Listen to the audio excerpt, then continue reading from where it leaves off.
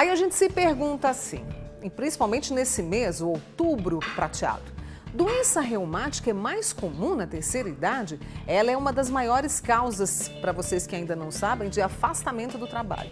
E eu convidei o reumatologista Dr. Carmo Gonzaga de Freitas, que está comigo hoje nessa sexta-feira. Obrigada, viu, Carmo? Eu que agradeço. Bom te receber, né? E Eu no mês agradeço tão o convite. importante, né? Sim. Me conte, doença reumática a gente logo associa à terceira idade ou depois para quem tem mais de 60. Isso é fato? É regra? Não. Doença reumática comete desde o jovem até o idoso. O que acontece é que o idoso, com o processo degenerativo e a falta de cuidado, aparece mais o problema. Então ele começa a ter dor, limitação de função. É por esse problema. Existe mais de 100 doenças reumáticas. Mais de 100? Mais de 100. A gente pode citar algumas das mais comuns? Pode doutor ter as Carmo? doenças degenerativas, que você vê mais do idoso, e as doenças inflamatórias, tipo artrite reumatoide, lúpus, essas doenças inflamatórias. E a gente tem alguns sintomas característicos para que as pessoas possam identificar e procurar um tratamento imediato? O sintoma mais precoce é dor e a limitação de movimento. A pessoa percebe que ela está mais rígida, às vezes uma perda de força, e nem sempre é valorizado, porque o paciente geralmente ele só preocupa com a dor, ele não preocupa com a causa, qual a patologia que está desencadeando aquele processo. Aí você falou de causa, vou te chamar de você, né, Carmo? Quanto tempo juntos, da causa, né? Então, por exemplo, a gente tem aí essa questão do envelhecimento, mas outras causas também que podem levar? Sim, o mais importante hoje em dia é a inatividade. A falta Hoje, de atividade o conforto física, né? está atrapalhando a nossa vida. Então, as pessoas têm menos atividade e a limitação. E o estresse, que nós estamos vivendo uma época difícil, o estresse é muito grande e muitas vezes o idoso se sente impotente para enfrentar isso. E uma característica que eu acho que é bem do brasileiro é a falta de previdência. Ele não previne certas coisas. E quando ele vai no consultório, ele trata a dor. Ele não trata a que causa a dor. Então, melhorando a dor, ele acha que aquilo está pronto. Certo, né? Então, se voltar a dor, ele toma remédio. Se parar a dor, ele para o remédio. E a doença vai evoluindo. Eu tenho aqui a pergunta da nossa amiga Irene, que sempre me acompanha, e eu acho interessante trazer a pergunta dela, justamente para que as pessoas conheçam quais são as doenças reumáticas, né? Você falou da artrite reumatoide, que é um sofrimento. É um sofrimento. O lúpus também, né? E a fibromialgia, ela faz parte desse quadro de Faz doenças parte reumáticas? desse quadro. A fibromialgia, o que é? Fibro é tendão, mio é músculo e algia é dor. Dor de músculo e tendão.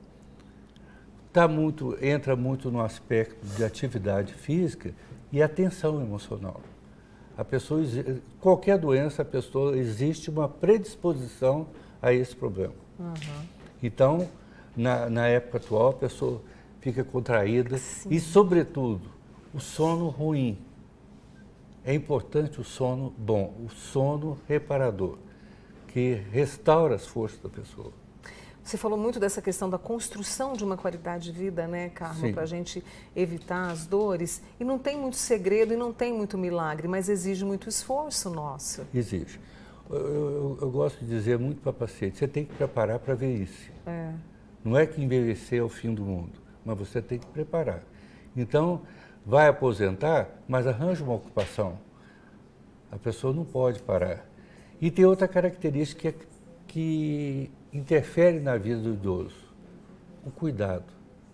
Então a família está cuidando do idoso, você não pode fazer isso, não pode ir para a rua, você não pode andar, você não pode trabalhar. E a pessoa fica sem sentido de vida. É uma coisa que é muito importante.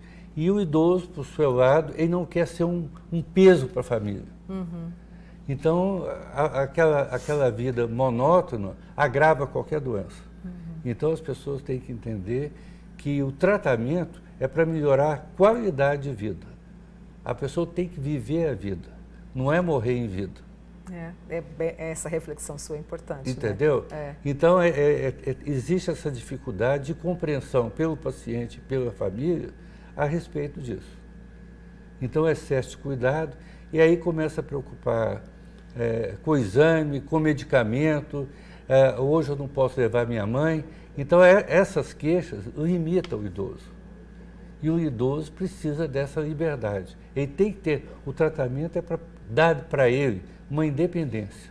E o que a gente tem de tratamento hoje, né? Porque a medicina não para, né, Carmo? O que a gente tem hoje de tratamento para diminuir a dor e trazer a qualidade de vida? Olha, melhorar.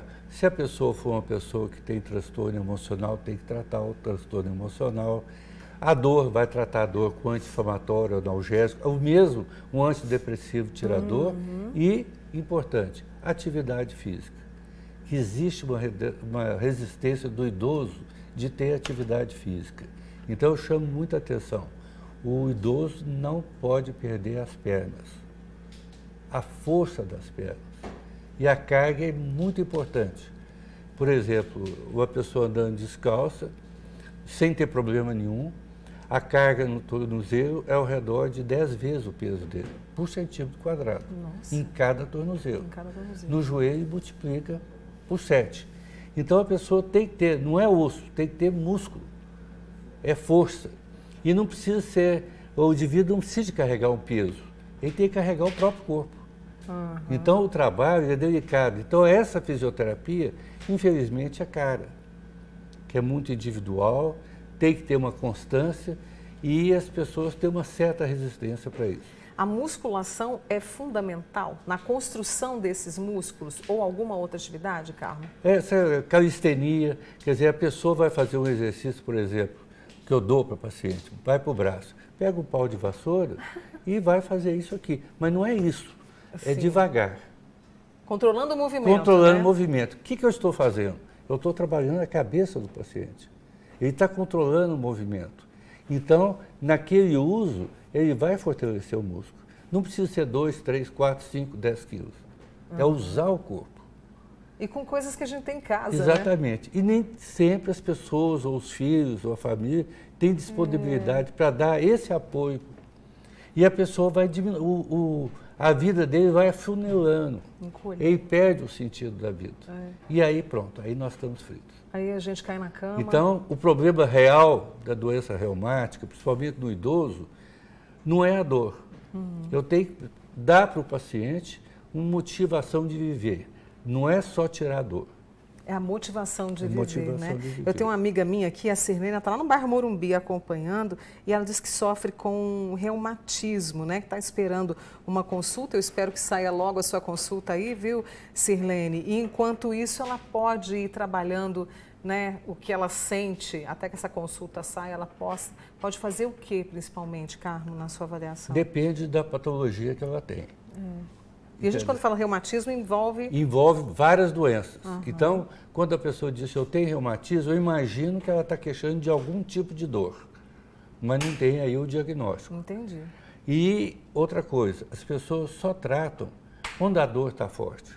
Ou daqui 2 meses, daqui 3 meses, daqui 4 meses. E eu acho o tratamento de doença é assim. Você manifestou hoje, trata anteontem.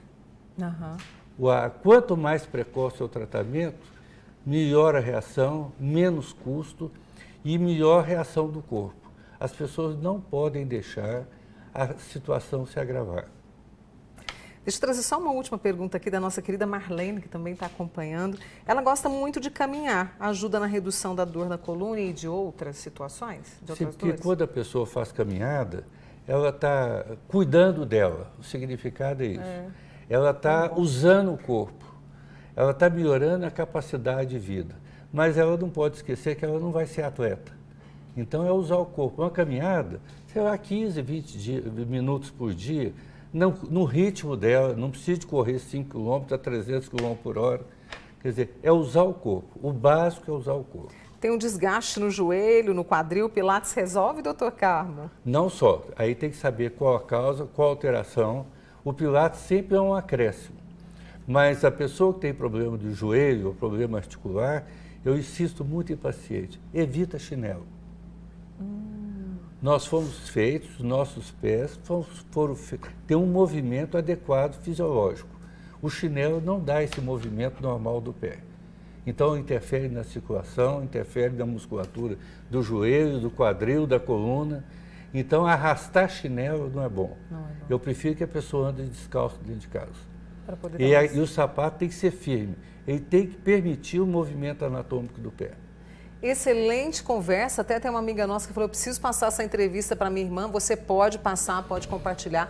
Essa entrevista com o Dr. Carmo vai tanto para minha rede social, Mônica Cunha, @MônicaCunha com K, e também lá no nosso canal do YouTube, viu? E lá no nosso @TV Paranaíba. Então compartilhe essa entrevista tão importante. Esse é o Dr. Carmo Gonzaga de Freitas, reumatologista, comigo aqui no Manhã Total. E daqui a pouquinho eu estou de volta com você. Gosta de goiabada, Carmo? Adoro. Então, hoje tem uma receita com goiabada aqui na cozinha da Vaxi. Oh, nem você podem perder. Combinado? Até já.